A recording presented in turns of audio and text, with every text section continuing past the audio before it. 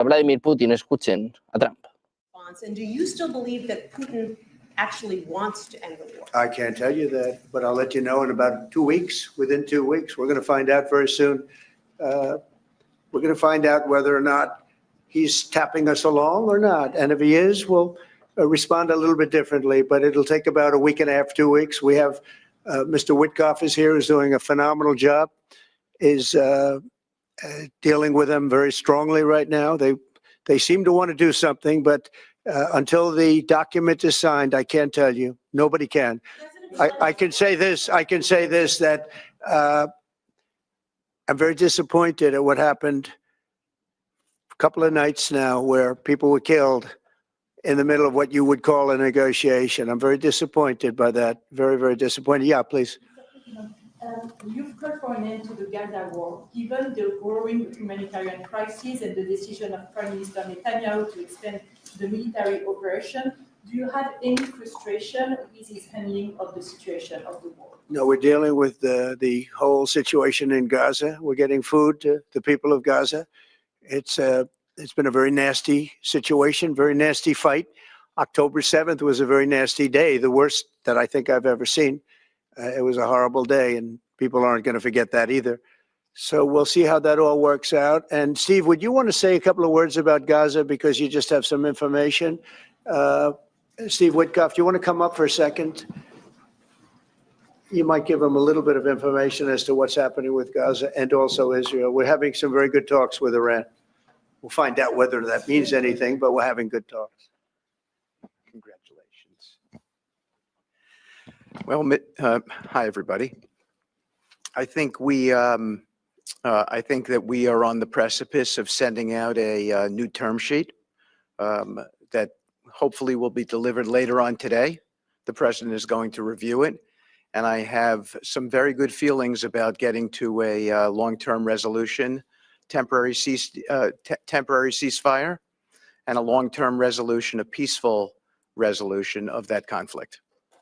Mr. President, you said It's having to do with Iran. We're having very good talks with Mr. President, you said yesterday that Putin is playing with fire. What will be the consequences for Russia if Russia continues? Well, I'm not going to tell you exactly, but the words speak pretty loud. We're not happy about that situation. I think we're doing very well with Iran. I think we're doing very well with Gaza, but we are doing very well with Iran, and I think we're going to see something very sensible, because there are only two outcomes. You know what the two outcomes is: a smart outcome and there's a violent outcome, and I don't think anybody wants to see the second. But I think we've made a lot of progress, and we'll see. You know, they still have to agree to the final stages of a document, but I think you could be very well surprised what happens there, and it'd be a great thing for them. They could have a great country into the future. Yeah. Mr. President, Elon Musk in a television interview criticized the one big, beautiful bill, saying he was disappointed it didn't cut enough, essentially, that it undercut the DOGE efforts. What's your reaction to that? Well, the reaction's a lot of things. Number one, we have to get a lot of votes. We can't be cutting. We need to get a lot of support, and we have a lot of support. We had to get it through the House. The House was. We have no Democrats. You know, if it's up to the Democrats, they'll take the 65% increase. You know, if that doesn't get approved, this country is going to have a 65% increase in taxes and lots of other problems, big problems, almost bigger than that. But we'll have a 65% increase as opposed to the largest tax cut in the history of our country.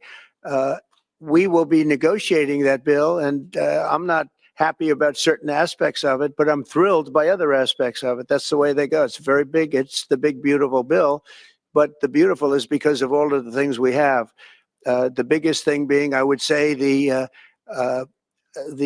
level of tax cutting that we're going to be doing. We're going to make people really be able to. We'll have the lowest tax rate we've ever had in the history of our country, and tremendous amounts of benefit are going to the middle-income people of our country, low and middle-income people of our country. So we're going to see what happens, because the Senate, as you know, is negotiating with us, and they have to then go back to the House, and it's got a way to go. But I have to say, Speaker Johnson and Thune have done an incredible job. John Thune has done a fantastic, Leader Thune a fantastic job, and they're working together with me and others. And I think we have an amazing, if we pull this off, remember, we have 0 Democrat votes because they're bad people. There's something wrong with them. You know, they'll let people pour into our country. Single biggest problem is we had 21 million people pour into our country, probably higher than that.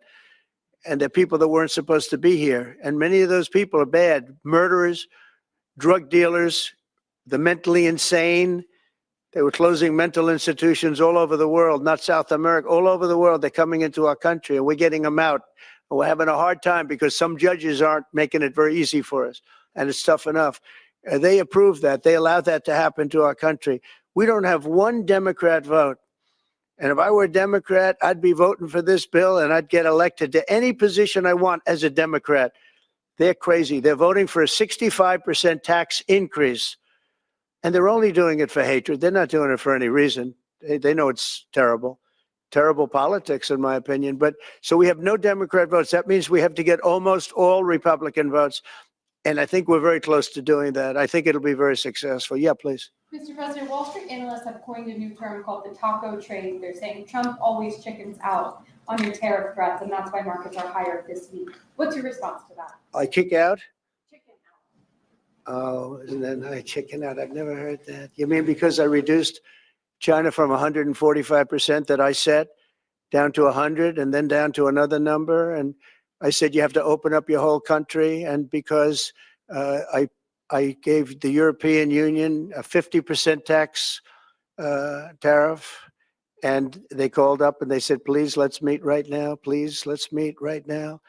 And I said, okay, I'll give you till July 9. I actually asked them, I said, what's the date? Because they weren't willing to meet. And after I did what I did, they said, we'll meet anytime you want. And we have an end date of July 9th. You call that chickening out? Because we have $14 trillion now invested, committed to investing when Biden didn't have practically anything. This country was dying. You know, we have the hottest country anywhere in the world. I went to Saudi Arabia. The king told me, he said, you got the hottest, we have the hottest country in the world right now. 6 months ago, this country was stone cold dead. We had a dead country. We had a country people didn't think it was going to survive. And you ask a nasty question like that. It's called negotiation. You set a number. And if you go down, you know, if I set a number at a ridiculous high number and I go down a little bit, you know, a little bit, they want me to hold that number, 145% tariff. Even I said, man, that really got up. You know how it got? Because of fentanyl and many other things. And you added it up. I said, where are we now? We're at 145%. I said, whoa, that's high. That's high. They were doing no business whatsoever. And they were having a lot of problems. We were very nice to China. I don't know if they're going to be nice to us, but we were very nice to China. And in many ways, I think we really helped China tremendously because, you know, they were having great difficulty because we were basically going cold turkey with China. We were doing no business because of the tariff, because it was so high. But I knew that. But don't ever say what you said. That's a nasty question. Go ahead. Mr. President, To me, that's the nastiest question. Mr. President, Wait a minute. Wait. Go ahead, please. Go ahead. President Zelensky says he's ready to sit down with you and Vladimir Putin in Geneva, and it sounds like General Kellogg is working on preparations for that. Are you planning to sit down with the two of them? Well, I will if it's Geneva? necessary. You know, we have to. I think I'm at this point. I wish it would have been that way a couple of months ago, but at this point, we're working on President Putin, and we'll see where we are. I think we're doing fine, but we'll see. I don't like what's happening. That's one thing I'll say. I don't like when I see rockets being shot into cities. That's no good. We're not going to allow it. You've always said that the war never would have started if you were Would have never president. happened, and it yet didn't he doesn't seem happen. willing to do anything that you want him to do. Do you still believe that he wouldn't have launched the war? No, we would have never had a war. We would have never had a war. If I were president, if the election weren't rigged, you wouldn't have had the war. You wouldn't have had the war. You wouldn't have had inflation. You wouldn't have had October 7th. That would have never happened because Iran was stone cold broke. They didn't have any money to give to Hamas or Hezbollah. You wouldn't have had that Afghanistan most embarrassing moment in the history of our country. You wouldn't have had any of it. You wouldn't have had inflation because energy costs. Look what happened. I brought inflation down to practically zero. and all of the groceries and all of the eggs and all of the things that you've been hearing about, they're back down. They're way down from where they were. I did something in 4 months that nobody's seen. And I have to say, in 4 months, and I said it before, and everyone's talking about it all over the world, we've got the hottest country anywhere in the world right now. We're the only country anybody's even talking about. All right, please go ahead. What stopped you from imposing new sanctions on Russia? Only the fact that if I think I'm close to getting a deal, I don't want to screw it up by doing that. Let me tell you, I'm a lot tougher than the people you're talking about, but you have to know when to use that. If I think it's going to hurt a deal, this isn't my war. This is Biden's war, Zelensky's war, and Putin's war. This isn't Trump's war. I'm only here for one thing, to see if I can end it, to save 5,000 lives a week and a lot of money. The money being much less important, because I made that money. I went to Saudi Arabia, Qatar, and UAE, and we brought back $5.1 trillion. So I made that money in about 2 hours, the money that we're talking about, but it's still think of it, $300 billion we've spent with no checks, no balances. They just send cash. You can imagine what's happened to that money. I never saw anything like it in my life, but I'm more interested because I picked up $5.1 trillion. And by the way, got a beautiful, big, magnificent, free airplane for the United States Air Force, okay? Very proud of that too. They tried to say, oh, it's Trump's airplane. Oh yeah, sure. It's too big. It's frankly, it's too big, much too big. When can we expect that to be the Air Force One? Well, it's here already. Yeah. It's in the country. It's being refitted for military standard. How much will it cost to refit it? Oh, I don't know. Whatever it is, a hell of a lot less than building a new one. We're waiting too long from Boeing. Boeing has got to get its act together. Yeah. Sir, on Nippon Steel, this arrangement that was just announced, Yeah. golden share, is that an arrangement you would consider for TikTok as well? Nothing to do with TikTok. Totally different kind of a deal. We'll have to get, to do it properly, we'll probably have to get China's approval. China's never easy. China's never easy. But I think we'll be able to save TikTok. I'd like to save TikTok. I mean, TikTok was very good to me. I won the young people by 37%. No Republicans ever won, and I won by 37%. And Charlie Kirk will tell you TikTok helped, but Charlie Kirk helped also. Oh, he just happens to be here. Look at him. He loves that we mentioned that name, right, Charlie? He's done great, and I appreciate all the help. But with young people, we won by 37%, Charlie, and you helped. But TikTok was amazing, and he was the first one. He said, "Get on TikTok." So I have a little bit of a warm spot. I know I shouldn't. They'll say quid pro quo, put him in jail for the rest of his life. Quid pro quo. No, TikTok was very good to me. I won young people. I don't know if it was because of TikTok, but it was something happened. No Republican has ever won they call them young people. Young people, you can define it a lot of different ways, but I won every age group in young people. And it never happened, and won by 37%. That's a lot. Yeah. Back on Iran, did you warn Prime Minister Netanyahu against taking some sort of actions that could disrupt the talks there in a phone call last week? Well, I'd like to be honest. Yes, I did. Next question, please. Just last on sanctions. I did, yeah. If Senate Republicans want to push It's not a warning. I said I don't think it's appropriate. What exactly did you tell him? Did I you just said caution I don't think it's appropriate. We're having very good discussions with him, and I said I don't think it's appropriate right now, because if we can settle it with a very strong document, very strong, with inspections and no trust. I don't trust anybody. I don't trust anybody. So no trust. I want it very strong where we can go in with inspectors. We can take whatever we want. We can blow up whatever we want, but nobody getting killed. We can blow up a lab, but nobody's going to be in the lab, as opposed to everybody being in the lab and blowing it up, right? Two ways of doing it. Yeah, I told him this would be inappropriate to do right now because we're very close to a solution. Now, that could change at any moment. Could change with a phone call. But right now, I think they want to make a deal. And if we can make a deal, save a lot of lives. When do you think a deal could happen on Iran? On which? A deal with Iran could happen. When do you I don't know. I think over the next couple of weeks, if it happens. Yeah. And on the, when could the administration resume the interviews for foreign students visa? When do you think your administration could resume these interviews. On what? For the foreign student visa. Yesterday there was. For the French visa? For the French too, all but foreign. all the foreign students. Oh, for the foreign visas?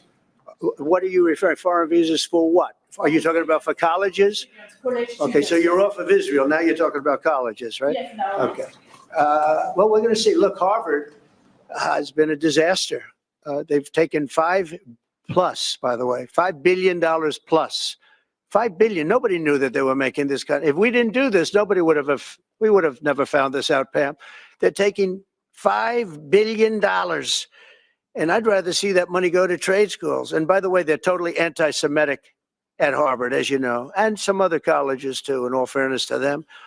And it's been exposed, very exposed. And I think they're dealing very badly. Every time they fight, they lose another $250 million. Yesterday, we found another $100 million. And they have, they have a fund, an endowment, $52 billion. All right? They get a lot of that from the United States.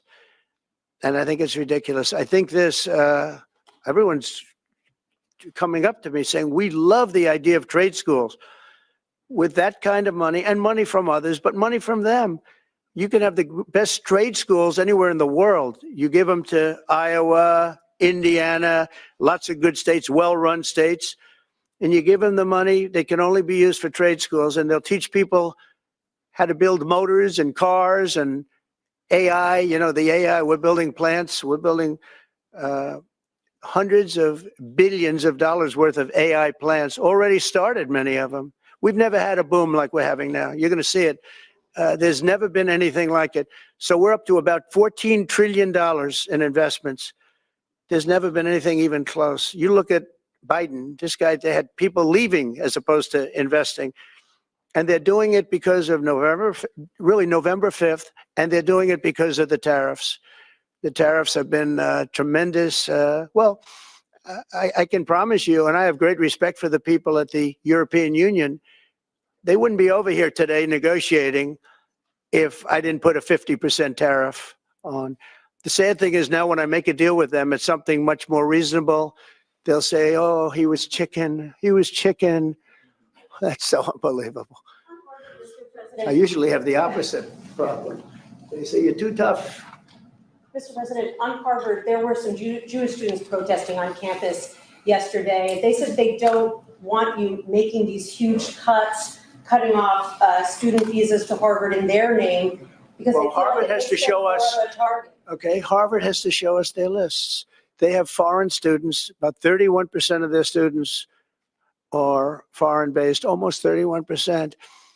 We want to know where those students come. Are they troublemakers? What countries do they come? And we're not going to, if somebody is coming from a certain country and they're 100% fine, which I hope most of them are, but many of them won't be, you're going to see some very radical people. They're taking people from areas of the world that are very radicalized, and we don't want them making trouble in our country. So I saw yesterday that in the middle of the UK, there was a nice young man. He wants to go back to school at Harvard, and he looked good to me, but I want to check his past. But we want to be able to see why, these countries aren't helping us. They're not investing in Harvard and we are. So why would 31%, why would a number so big? I think, number one, I think they should have a cap of maybe around 15%, not 31%. We have people want to go to Harvard and other schools. They can't get in because we have foreign students there. But I want to make sure that the foreign students are people that can love our country. We don't want to see shopping centers exploding. We don't want to see the kind of riots that you had. And I'll tell you what, many of those students didn't go anywhere. Many of those students were troublemakers caused by the radical left lunatics in this country. All right, one more question. President, go ahead, please. Will you pardon the people who are accused of conspiring to kidnap Michigan Governor Gretchen Whitmer? I'm going to look at it. I will take a look at it. It's been brought to my attention. I did watch the trial. It looked to me like somewhat of a railroad job. I'll be honest with you. It looked to me like some people said some stupid things. They were drinking, and I think they said stupid things. But I'll take a look at that. And a lot of people are asking me that question from both sides, actually. A lot of people think they got railroaded. And probably some people don't. One more. Go ahead. Mr. Trump, Yeah. go ahead. How will the confrontation with Harvard end? You will see. I don't know. I don't know. Harvard's got to behave themselves. Harvard is treating our country with great disrespect, and all they're doing is getting in deeper and deeper and deeper. They've got to behave themselves. You know, I'm looking out for the country and for Harvard. I want Harvard to do well. I want Harvard to be great again, probably, because how could it be great? How could it be great when you have Harvard announced 2 weeks ago that they are going to teach remedial mathematics, remedial, meaning they're going to teach low-grade mathematics, like 2 + 2 is 4. How did these people get into Harvard if they can't do basic mathematics? How did they do it? I mean, people with 1,600 in their boards don't get in, and they're letting people in, and they're bragging about how they're teaching them basic mathematics. Where did these people come from? So we have to look at the list, and Harvard has to understand the last thing I want to do is hurt them. They're hurting themselves. They're fighting. You know, Columbia has been really, they were very, very bad what they've done. They're very anti-Semitic and lots of other things, but they're working with us on finding a solution. And, you know, they're taking off that hot seat, but Harvard. Pendientes del presidente de Estados Unidos, Donald Trump, que dice que hay un plazo máximo para saber si Putin quiere o no poner fin a esta guerra. 2 semanas. Este es el plazo que se marca el presidente de Estados Unidos. Dice que está dispuesto a reunirse con Zelensky y con Putin. Habla también de que ha advertido a Netanyahu contra realizar ataques contra Irán. Dice que está muy cerca de alcanzar un acuerdo en este sentido y también, bueno, pues habla un poco de la tensión geopolítica que hay en estos momentos y la tensión nacional, la tensión en Estados Unidos con sus problemas con Harvard, con el proyecto de ley fiscal criticado por parte de Elon Musk. Vamos a ver uno de los momentos más destacados de Donald Trump. Lanza este ultimátum a Vladímir Putin, 2 semanas. Este es el plazo que marca Donald Trump. I can't tell you that, but I'll let you know in about 2 weeks. Within 2 weeks, we're going to find out very soon. We're going to find out whether or not he's tapping us along or not. And if he is, we'll respond a little bit differently, but it'll take about a week and a half, 2 weeks. We have Mr. Witkoff is here, who's doing a phenomenal job, is dealing with them very strongly right now. They seem to want to do something, but until the document is signed, I can't tell you. Nobody can. I can say this. That I'm very disappointed at what happened a couple of nights now, where people were killed in the middle of what you would call a negotiation. I'm very disappointed by that. Very, very disappointed. Yeah. No es lo único que ha dicho el presidente de Estados Unidos, Donald Trump. También ha confirmado que advirtió al primer ministro israelí, a Benjamin Netanyahu, que Israel no tome medidas contra Irán, mientras continúan las conversaciones entre Washington y Teherán. Cuando se le preguntó, se dijo a Netanyahu que no tomara medidas que pudieran interrumpir las conversaciones. Trump respondió que sí, le dijo que no cree que sea apropiado, ya que Estados Unidos e Irán están teniendo muy buenas discusiones y podrían alcanzar un acuerdo en un par de semanas. Trump ha enfatizado que va a buscar un documento muy contundente, ya que no confía en nadie. Añadía que el acuerdo debe permitir a los inspectores de Estados Unidos entrar y destruir laboratorios, pero insistió en que nadie morirá durante esa posible acción. Hoy se hablaba de que Israel piensa atacar las instalaciones nucleares de Irán, aunque Estados Unidos alcance un acuerdo. Trump ha confirmado que advirtió directamente al primer ministro israelí. Pendientes de Donald Trump, miramos también a la OTAN para contarles que ha pedido a Alemania que proporcione 7 brigadas más, es decir, unos 40.000 soldados para la defensa de la alianza. Es lo que apuntaba la agencia Reuters dentro de los nuevos objetivos de armas y números de tropas que los ministros de defensa de sus miembros tienen previsto acordar la próxima semana. La alianza está aumentando drásticamente sus objetivos de capacidad militar. Considera a Rusia como una amenaza mucho mayor desde el inicio del conflicto con Ucrania.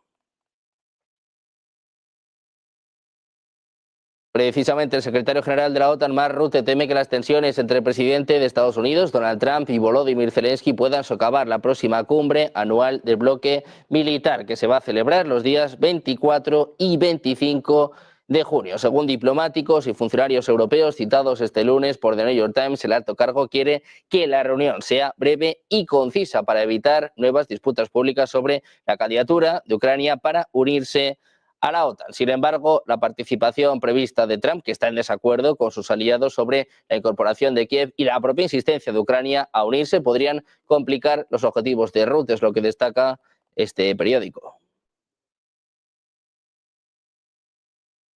También les contamos que las acciones introducidas por la Unión Europea contra Rusia no han mostrado ninguna eficacia para debilitar su economía, es lo que informa este miércoles el periódico alemán Bild, citando los elevados beneficios que sigue obteniendo Moscú de las exportaciones de sus productos energéticos. El medio señala que Europa ya ha adoptado un total de 17 paquetes de sanciones contra Rusia por el conflicto en Ucrania, pero que estas son comparables con una gota de agua en el océano. Tan solo este año Moscú va a generar 233.000 millones de euros de dólares mediante las exportaciones de energía y materias primas. La propia Unión Europea se posiciona como el cuarto mayor importador de productos rusos, por detrás de China, India y Turquía. Se estima que este 2025 los países de la Unión Europea gastarán más de 20.000 millones de euros en energía rusa. En este contexto, el artículo recordaba que en un solo mes el bloque compra a Moscú petróleo, gas y uranio por valor de 2.000 millones de euros.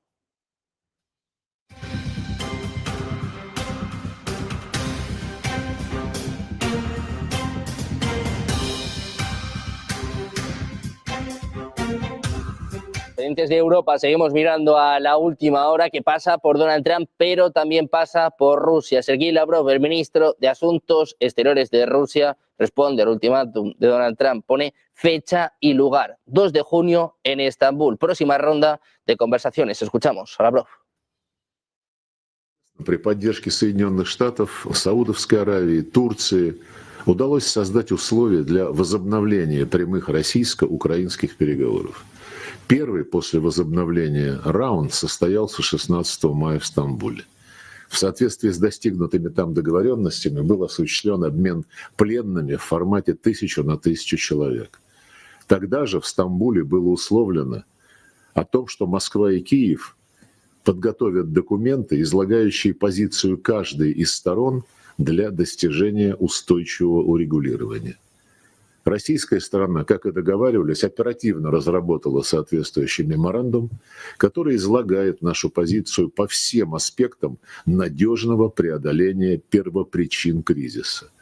Наша делегация во главе с Владимиром Мединским готова представить этот меморандум делегации Украины и дать необходимые пояснения в ходе второго раунда возобновленных прямых переговоров в Стамбуле в ближайший понедельник, 2 июня. Хотел бы вновь выразить признательность турецким партнерам за предоставление гостеприимной турецкой площадки, как вчера подтвердил в ходе своего визита в Москву министр иностранных дел Турции Хакан Фидан. Рассчитываем, что все, кто искренне, а не на словах, заинтересован в успехе мирного процесса, поддержат проведение нового раунда стамбульских прямых российско-украинских переговоров. Pendientes de Rusia, de esta fecha, este lugar, el 2 de junio en Estambul, nosotros vamos a mirar también al apartado económico. Vamos a conectar con Las Vegas. Allí habla J.D. Vance, vicepresidente de Estados Unidos. Ojo, dice que tiene una gran cantidad de Bitcoin. Escuchamos a J.D. Vance. Please, thank you guys. Take your seats. And, the Secret Service is a little bit nervous because I told them these Bitcoin guys really like guns. But they really like the President and Vice President of the United States, too, so I think we're doing okay.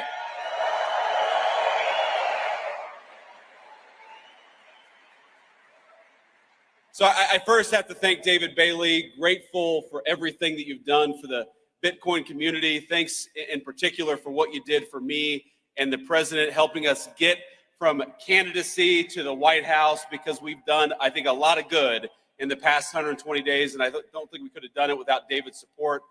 I want to also thank the Winklevoss brothers, Tyler and Cameron. These guys are out here somewhere, who, I got to say, Tyler and Cameron, I think really helped break the dam in Silicon Valley. Because if you remember, you go back to June or July of last year, it feels like forever ago. It's not even a year ago, where Silicon Valley, people would whisper in private that they were going to support Donald Trump for president. They would talk about the fact the Democrats had gone too crazy. We had to get Gary Gensler the hell out of there, but they weren't quite willing to say, at least not publicly, that they were going to take the big step and support Donald J. Trump. And Cameron and Tyler Winklevoss, I think they were some of the first big names in Silicon Valley to take that step, and a whole host of people followed them. So Cameron and Tyler, thank you for that.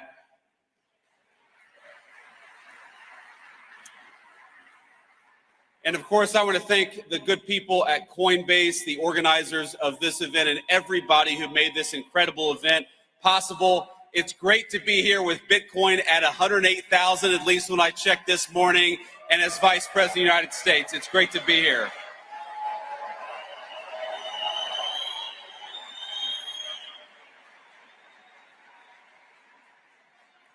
Now, you guys know I get to meet a lot of exciting people in my job, but it's been quite a while since I've been to a conference with this level of energy.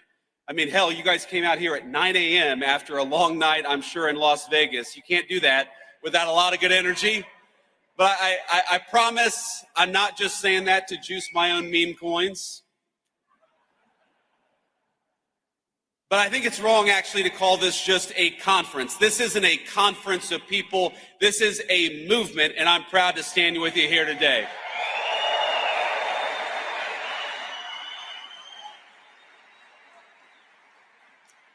And I think this conference, this movement of people, is where the future of cryptocurrency in this great country gets decided. So let's start by making one thing abundantly clear. That future is going to be decided by the people, by you, not by unelected bureaucrats.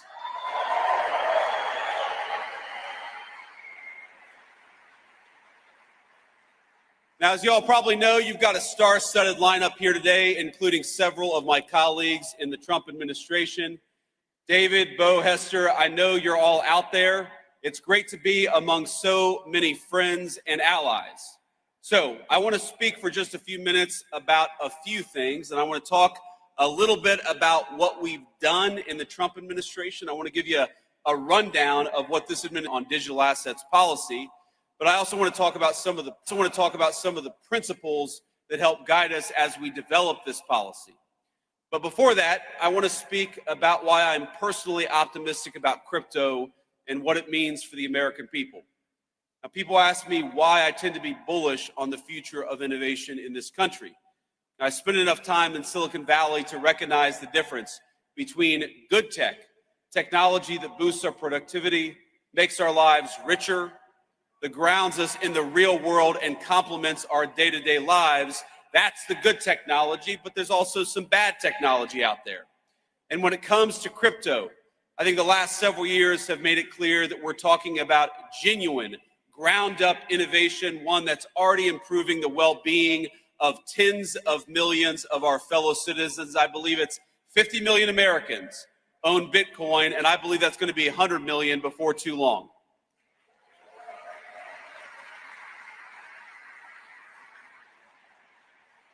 But it's not just about Bitcoin and about the value that's been generated, the wealth that's been generated by so many millions of our fellow citizens. Through decentralized finance, crypto has transformed how Americans transact with one another. It's expanded access to banking for many who may not otherwise have had it. And every single day, I feel like I see some groundbreaking new use of blockchain tech, whether it's in supply chain management, whether it's in hospitals, or whether it's in changing how we track and store patients' private health records. But for each of these new forward-looking applications, I also feel like there's an incredibly conservative element to crypto technology, and that's as a hedge. Crypto is a hedge against bad policymaking from Washington, no matter what party is in control.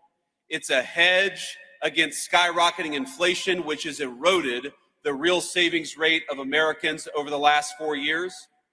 And as you all know well, it's a hedge against a private sector that's increasingly willing to discriminate against consumers on the basis of their basic beliefs, including their politics.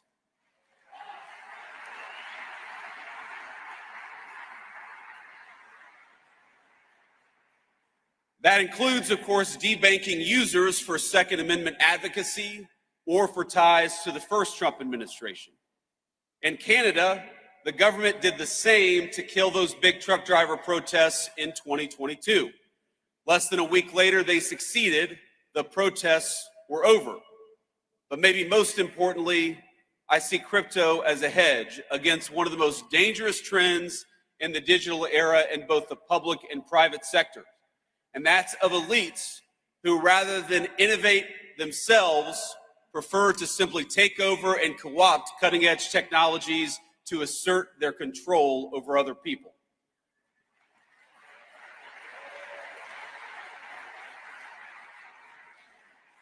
And I know we believe this in this room. That's not Bitcoin. It'll never be Bitcoin, and you guys are going to make sure that happens.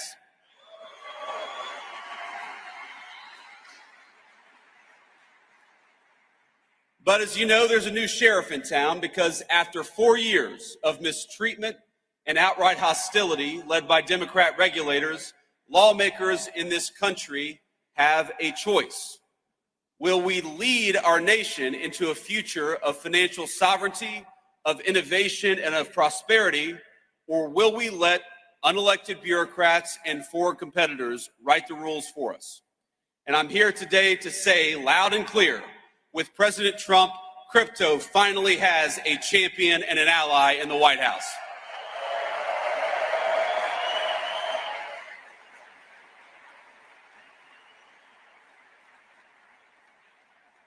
In our administration, we understand the full potential of the digital assets industry, not just as an investment, not just as a flashy technology, but as a symbol and driver of personal liberty for all our citizens. And we are dedicated to seeing that promise fulfilled. The way that we see it, the people in this room are the digital pioneers of the American economy. And that's why our administration is doing something a little unusual in Washington. We're listening to all of you as you blaze the trail of innovation. The innovators in this room are making people's lives better.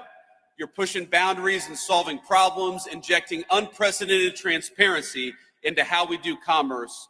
And the way we see it, you all deserve a similar level of transparency and clarity. And most of all, you deserve respect and support from your government, not bureaucrats trying to tear you down.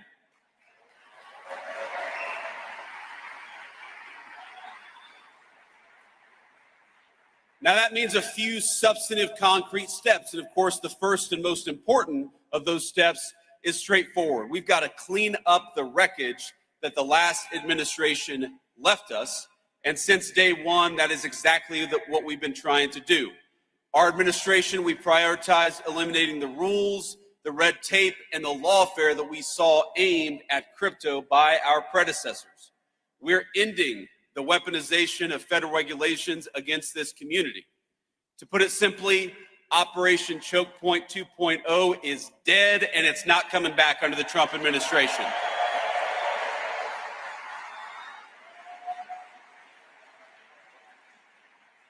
And by the way, it's crazy that was ever even controversial, the idea of using the regulatory power of the government to crush an industry and to crush people who espoused a view that you didn't like. It's crazy, but let my words today serve as Operation Choke Point.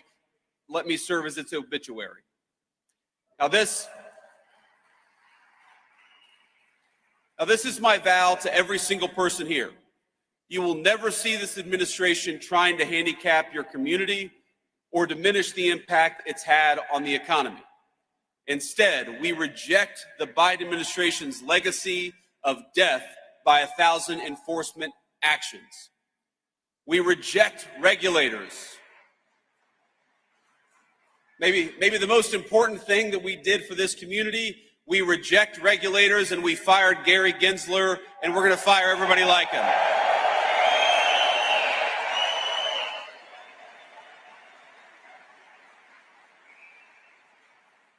And we know that people like Gary Gensler, the game that they played is that under the pretense of consumer protection, they attacked every single effort to democratize our financial markets, and that is over.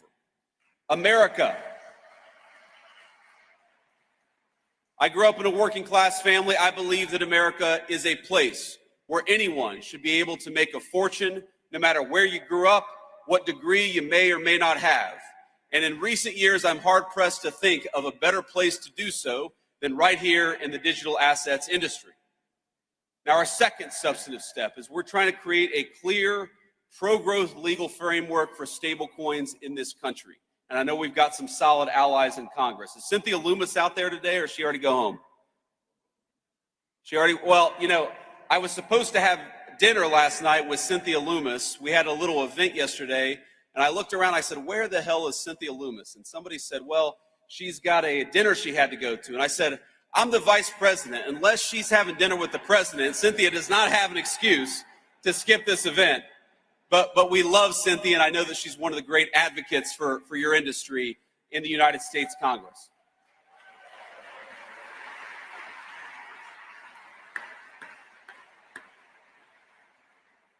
Now, I know, led by Cynthia and other great legislators, Congress is hard at work getting the Genius Act passed and across the president's desk as quickly as possible.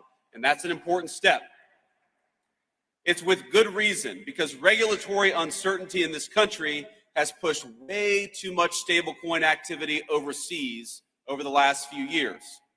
Now, somebody said to me yesterday that Bitcoin has done so much over the last few years with so many headwinds. Wouldn't it be nice to have a government that provided some tailwinds to one of the fastest growing industries in our country? And that's what we aim to do.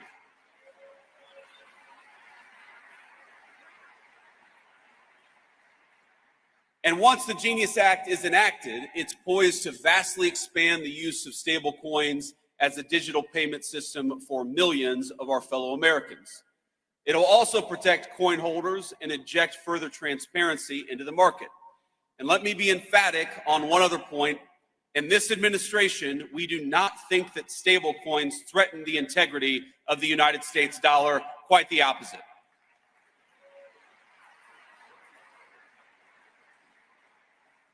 In fact, we view them as a force multiplier of our economic might. Dollar-pegged stablecoins, particularly once Genius is enacted, is only going to help the American economy, and it's only going to help the American dollar. So, again, we're optimistic that the Senate is able to move quickly on passing a clean Genius Act, and for the House to follow up and do the same. And of course, once that happens, our great President Trump will sign it into law the minute it comes across his desk. Now, when that's happened, when the administration will then fully shift to our third priority, which is to enact a transparent and tailored regulatory framework for digital assets, one that's pro-innovation and fully incorporates crypto into the mainstream economy. And again, I've talked to so many of you over the last couple of days, and the consistent fear that I hear with all the great things that have happened over the last couple of months, the consistent fear that I hear is that there's still this perception that digital assets are not welcome in the mainstream economy. And let me promise you that our effort to change the policy is purely about changing that. We want our fellow Americans to know that crypto and digital assets, and particularly Bitcoin, are part of the mainstream economy and are here to stay.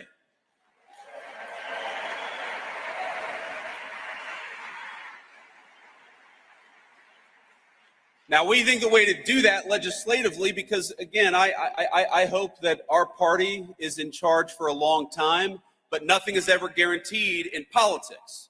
So the best way to ensure that crypto is part of the mainstream economy is through a market structure bill that champions and doesn't restrict the extraordinary value that Bitcoin and other digital assets represent. Right now, in this Congress and with this administration, we have a once-in-a-generation opportunity to unleash innovation and use it to improve the lives of countless American citizens. But if we fail to create regulatory clarity now, We risk chasing this $3 trillion industry offshore in search of a friendlier jurisdiction, and President Trump is going to fight to make sure that does not happen.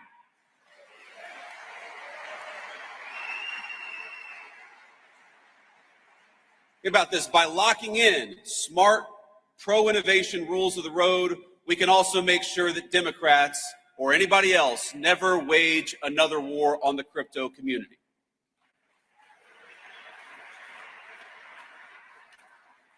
Now, I've already hit my time here, but before I head back to Washington, let me offer you just a few bits of advice and a few thoughts on where this industry is going. This is one politician's perspective, so take it for what it's worth. Maybe a little bit less than one Bitcoin right now. But let me say a few things. First of all, I remember when I ran for Senate, the first time I'd ever entered politics back in 2022. And one of the frustrations, honestly, that I had with the crypto community as a person who was one of the only people running for office who actually owned Bitcoin, and I still own a fair amount of Bitcoin today.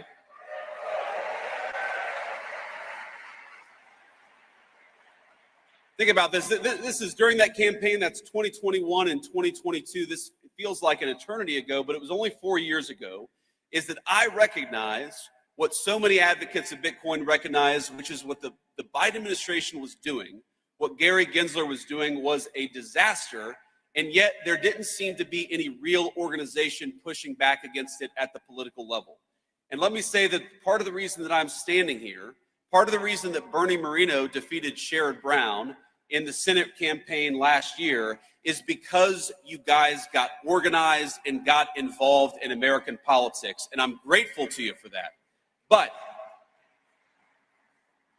there's a lesson to take from that experience, which is that unless you guys get involved in politics, politics is going to ignore this industry. Now, you took a big step in 2024, and I'll tell you, every victory that we win, it's only a provisional victory. You know, one of my great mentors in Silicon Valley always told me that, Bitcoin, that the crypto community was about exit and artificial intelligence was about voice. Well, I know that a lot of people in 2024 in this community chose voice. You chose to speak up and you chose to get involved. And I believe you changed the direct trajectory of our country because of it. But you got to keep on choosing voice. Bitcoin, of course, people call it digital gold. But while Bitcoin is digital, none of you are. None of us are. What happens in the world of politics, what happens in the world of bureaucracy, it will affect even the most transformational and valuable technologies if we don't make the right decisions. So the first piece of advice, the first thing that I'd ask you is to take the momentum of your political involvement in 2024 and carry it forward to 2026 and beyond. Don't ignore politics, because I guarantee you, my friends, politics is not going to ignore this community, not now and not in the future.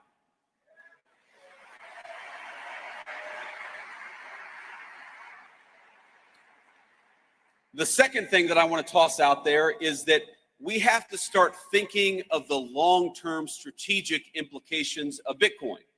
Bitcoin is owned by about 50 million Americans. A lot of Americans have made a lot of money, have created a lot of wealth for themselves, and that's a great thing. But I actually think that where Bitcoin is going is as a strategically important asset for the United States over the next decade. It's one of the reasons why President Trump, with the help of our great AI guy, David Sachs, it's one of the reasons why we started the Bitcoin Reserve, because we want to start to put in motion the strategic importance of Bitcoin for the United States government. We know that the PRC doesn't like Bitcoin. The People's Republic of China doesn't like Bitcoin. Well, we should be asking ourselves, why is that?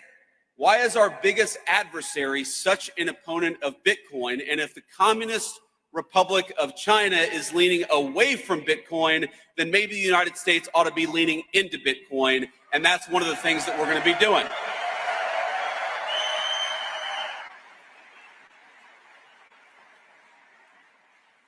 But that's not a vice president standing up here and talking at you. The way that Bitcoin is involved in the strategic future of our country, that's got to be a two-way conversation. And so when I talk about getting involved in politics, one of the things that you guys got to do is continue to give us feedback and continue to tell us the ways in which Bitcoin can play a positive role in the strategic future of this country.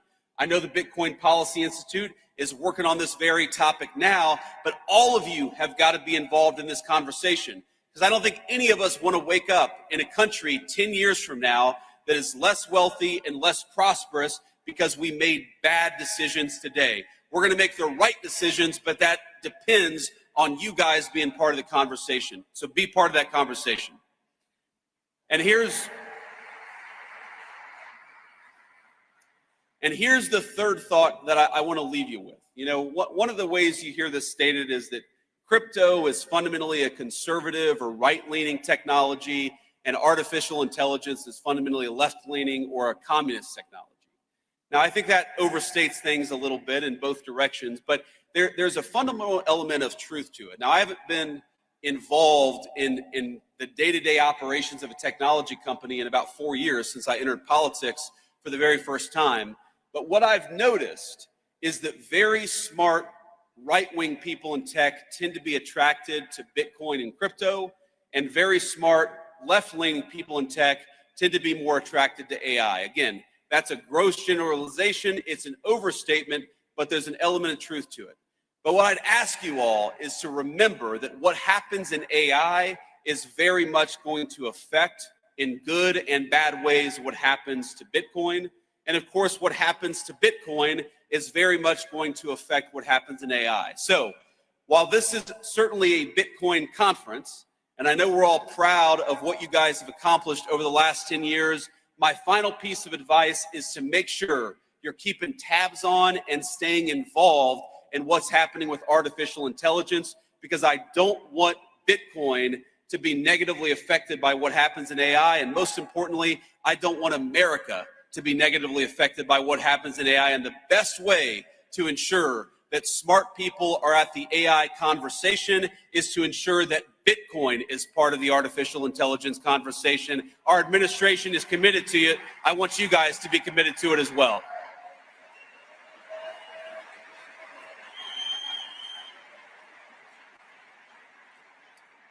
I just want to say in the next few years in the Trump administration, we've accomplished a lot, but we have plans to continue to make big progress for this industry and for the American people who rely on it. The whole of government, we're going to need your help.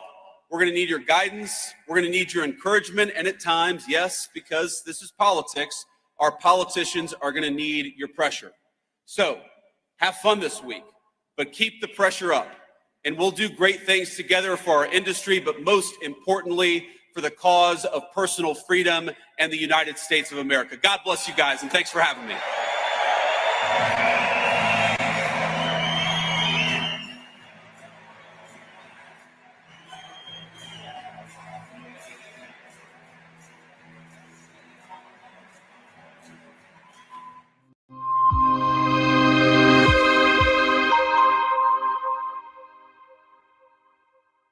¿Quién ha sido el gran valor refugio? El oro. ¿Qué está sucediendo con el oro? ¿Es tarde para entrar en el oro? Máximo histórico, más máximo histórico, más máximo histórico. ¿Sabías que los bancos centrales de todo el mundo están enloquecidos comprando oro? En el capítulo de la inversión tiene un color dorado, dorado, dorado, dorado del espectáculo. El oro es el gran protagonista. Pues espero allí, en Málaga, recordad. Y hemos reunido a lo mejor de lo mejor para hablar del oro. Mar Vidal, Lorenzo Ramírez, Miguel Ángel Temprano, Gustavo Martínez, Víctor Álvaro González, y con la colaboración de IG, con la intervención de George Pizarro, y dándonos visibilidad del oro, Francisco Javier López Milán, Silver Gold. Les esperamos el 3 de junio en Málaga. ¿Qué cuento quieres hoy? ¿Te cuento uno de los míos? ¿El del farmacéutico? ¿O el de María, la abogada? El de Ana, la arquitecta. Vale. Eres una niña que soñaba con crear los edificios más impresionantes de la Tierra. Se pasaba el día dibujándolos. Sabía que algún día acabarían llegando a lo más alto de cada ciudad. y que cualquier persona... Cada profesional tiene detrás una historia increíble. Creer en ella es lo que de verdad cuenta. Arquia Banca, el banco de los profesionales. Recibes un mensaje alarmante de tu inquilino en el que te informa que no puede pagar el alquiler. No te preocupes, SEAC está aquí para ayudarte. Nuestro equipo te asegura que recibirás tu renta a tiempo. Con SEAC, tu renta está protegida. Recibes el ingreso en tu cuenta como siempre. Disfruta de la tranquilidad sabiendo que SEAC maneja el imprevisto por ti. Alquila tranquilo. SEAC responde. ¿Qué cuento quieres hoy? ¿Te cuento uno de los míos? ¿El del farmacéutico? ¿O el de María, la abogada? El de Ana, la arquitecta. Vale. Eres una niña que soñaba con crear los edificios más impresionantes de la Tierra. Se pasaba el día dibujándolos. Sabía que algún día acabarían llegando a lo más alto de cada ciudad. Y que cualquier persona...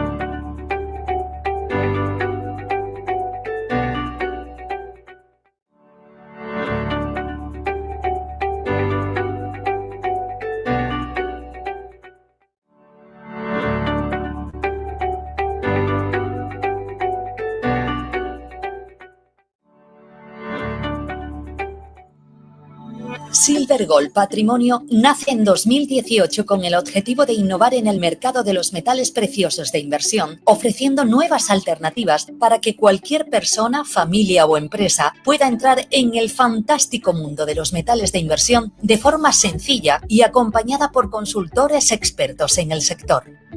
Silver Gold Patrimonio quiere avanzar contigo.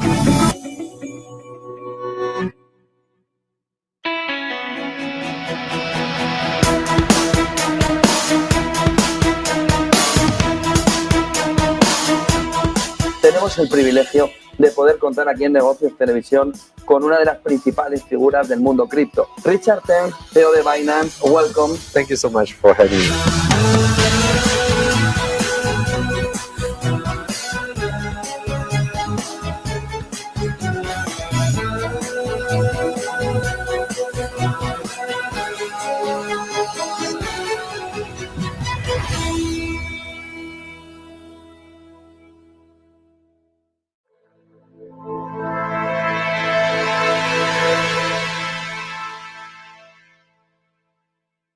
Children, but they're not children anymore. And I've heard that, Christine, you're doing unbelievably well and very successful at a great law firm. So it's great to have you with us. Thank you very much. Over 5 decades, Janine Pirro, known by millions as Judge Janine, has devoted her life to the pursuit of justice, the defense of freedom, and the fair, equal, and impartial rule of law. And that's what she's about. She was a great DA. I remember her very well. She was as good as anybody I've seen. She began a career in 1975 as an assistant district attorney in Westchester County, New York, where she prosecuted violent crimes. And that was a serious prosecution. And she went after real criminals, not fake criminals like we seem to do today nowadays, people that shouldn't be prosecuted, including rape, murder, and was a tireless warrior on behalf of the most vulnerable people in our society. In that role, Janine helped create one of our country's first domestic violence bureaus. I think it was the first, Janine. And as its chief, she revolutionized victim protection and bold, innovative policies like very few people even thought of. In 1990, Janine became the first female judge in Westchester County history. And following the year, and by the way, very distinguished, had an unbelievable distinguished career. And in the following years, she presided over numerous complex criminal cases. The reason they were complex is that other judges were not able to understand them. They were called the complex cases. My sister had them too. They always used to give her the complex cases because other people didn't understand them, including high stakes felony narcotics trials. Her outstanding judicial record earned her the honor of being named the #1 judge in 1990 by the Independent Fund for Modern Courts. That's nationwide. Outstanding judge. The following year, Judge Janine was elected Westchester County District Attorney, became the top prosecutor for a jurisdiction that included some of the largest suburbs in New York City, including Yonkers and White Plains. It's a big deal. As District Attorney, Janine tackled high-profile violent crime cases and established one of the nation's most successful cybercrime units to combat online child abuse. She was way ahead of a lot of people. They still aren't there, if you get right down. I mean, from what I hear, they're still not there in many cases back there where we come from.